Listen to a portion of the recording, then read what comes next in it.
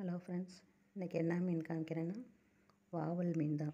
அங்கேயே பீஸ் போட்டு வாங்கிட்டு வந்துட்டேன் கடையிலேயே.